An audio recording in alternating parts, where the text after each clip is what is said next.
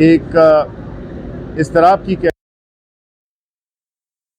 इंतखाबी अमल जिसको कि बहुत पहले ख़त्म हो जाना चाहिए था, वो इंतखाबी अमल जिसमें कि ख़वातीन की रिज़र्व सीट्स और माइनॉरिटी की रिज़र्व सीट्स, वो जो मसला खड़ा किया था इलेक्शन कमीशन ऑफ पाकिस्तान ने, उन्होंने बकौल कोर्ट जस्टिस अतहर मिनुल्लाह, उन्होंने गलत इंटरप्रिटेशन की सुप्रीम कोर्ट के फैसले की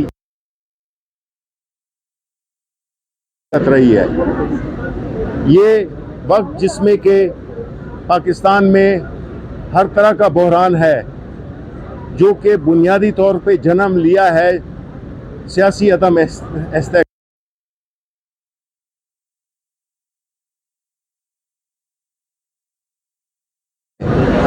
क्रिटिसिज्म हो रहा है कि ये किस किस्म के इंतखाब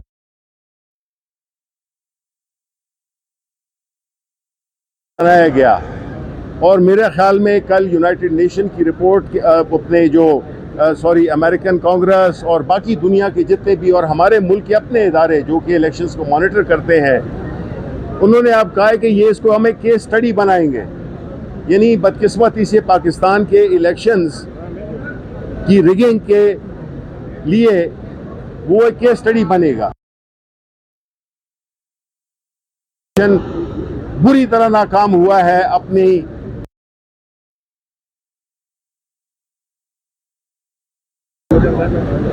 बुरी तरह नाकाम हुआ है उसको, और ये दानिस्ता तौर पे हुआ है। ये सिर्फ नालायकी नहीं है, इसमें बदनीयती भी शामिल है। और फिर जब हम यहाँ पे कोर्ट में आए हैं तो आप देख रहे हैं, और इसमें हमें बड़ी तशवीश है। इसको लंबा करने से जो अदम इस्तेकाम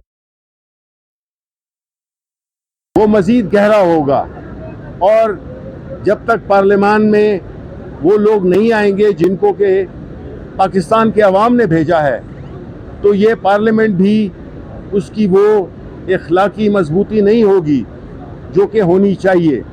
क्योंकि वो लोग बैठे हुए हैं फॉर्म 47 की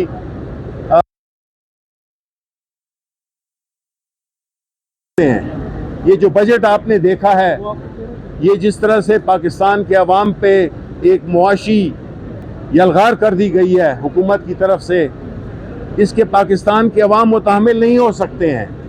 ये मुल्क, इसकी मईशत, इसकी गवर्नेंस हर रोज़ नीचे और नीचे चली जा रही है।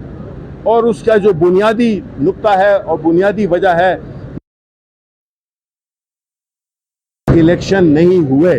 जब अब पाकिस्तान के चुने हुए नुमाइंदे, उनके वोट के ज़रिए आने वाले लोग पार्लियामेंट में नहीं बैठेंगे, तो आपके फैसले पार्लियामेंट नहीं करेगी, वो IMF करेगी।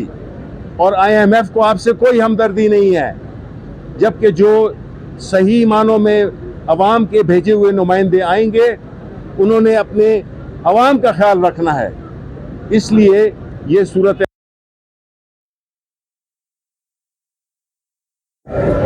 जल्द अज जल्द फाइनल किया जाए और इस पर फैसला दिया जाए, क्योंकि ये बहुत गैर ज़रूरी तौर पे लंबा हो गया है या लंबा कर दिया गया है। एक बात है, शुक्रिया। एक मिनट। आज जो बात हुई, पाकिस्तान तहरीक इंसाफ का पुराना स्टैंड कि इलेक्शन कमीशन ऑफ पाकिस्तान ने पाकिस्तान के आइन की धज्जियां उड़ा दी, ये बात आज सुप्रीम कोर्ट में वाज़े तौर पे बयान भी हो गया। इससे वाज़े अल्फाज में कहा गया कि एक कॉन्स्टिट्यूशनल बॉडी ने एक अनकॉन्स्टिट्यूशनल एक्ट परफॉर्म किया है, and that is the biggest debate. अब डिबेट वाज़े तौर पे है जब मिसाल दे दी गई कि JUI की 0 सीट और 2 उन्हें सीटें मिल गई, तो वो कौन सा सिस्टम है जो इजाज़त देता है कि distribution of seats, attorney general के मुंह से अल्फाज नहीं निकल रहे थे और बकौल बिलावल भुट्टो के उनकी कांपे क्या थी, टांग रही थी।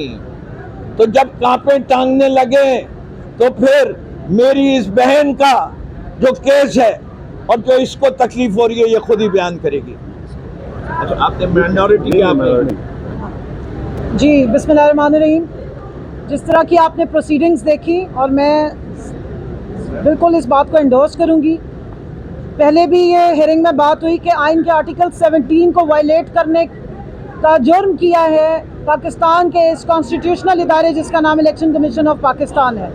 एक पाकिस्तान की सबसे बड़ी पॉलिटिकल जमात को उनसे ना सिर्फ बल्ला छीना गया, उनको पॉलिटिकल जमात मानने से भी इनकारी किया गया। हमें सबको फोर्स किया गया कि हम पीटीआई की बजाय इंडिपेंडेंट इलेक्शंस लड़ें। और ये बात बार बार जब सवाल किया जाता है तो चाहे अटॉर्नी जनरल खड़े हो या मिस्टर सुखंदर खड़े हो,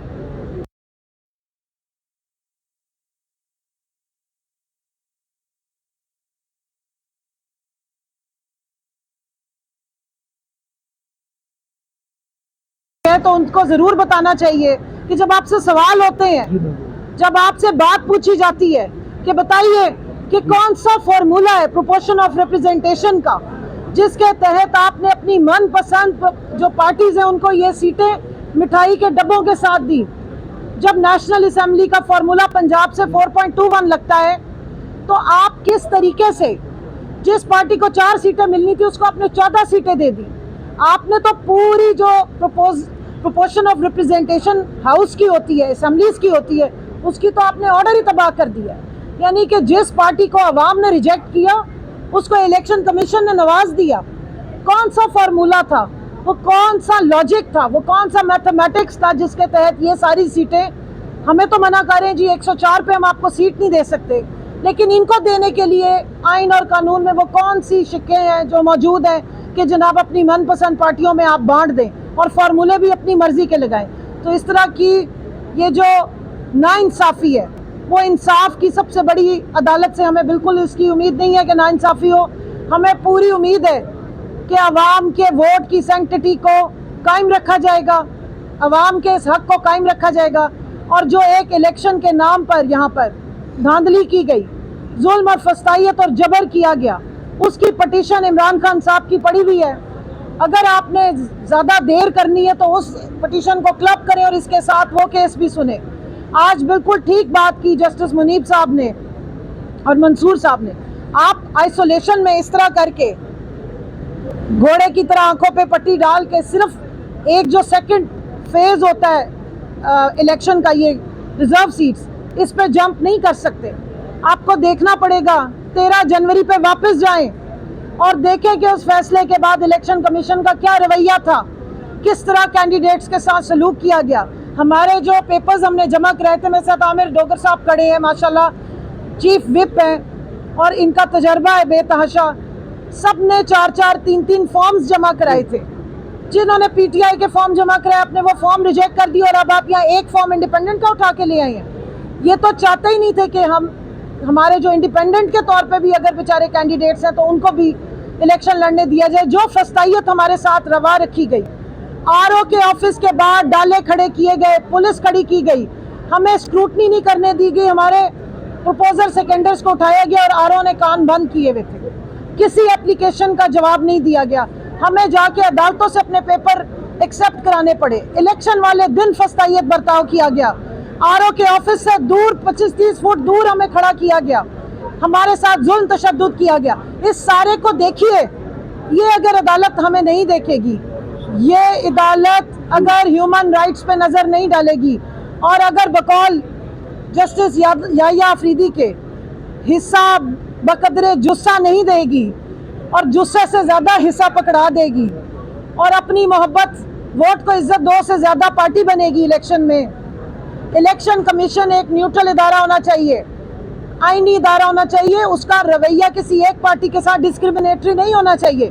लेकिन यहाँ हम देख रहे हैं कि इलेक्शन कमीशन तो पीटीआई का नाम सुनते ही तरमलाना शुरू हो जाता है। तो ये वाला जो इम्प्रेशन है, मुझे पूरी उम्मीद है कि सुप्रीम कोर्ट में ये डिस्पेल होगा और बाकायदा इस पूरे इलेक्शन की भी इंक्वायरी होनी चाहिए कि इस पे क्या क्या किया गया। बिस्मिल्लाहिर्रहमानिर्रहीम।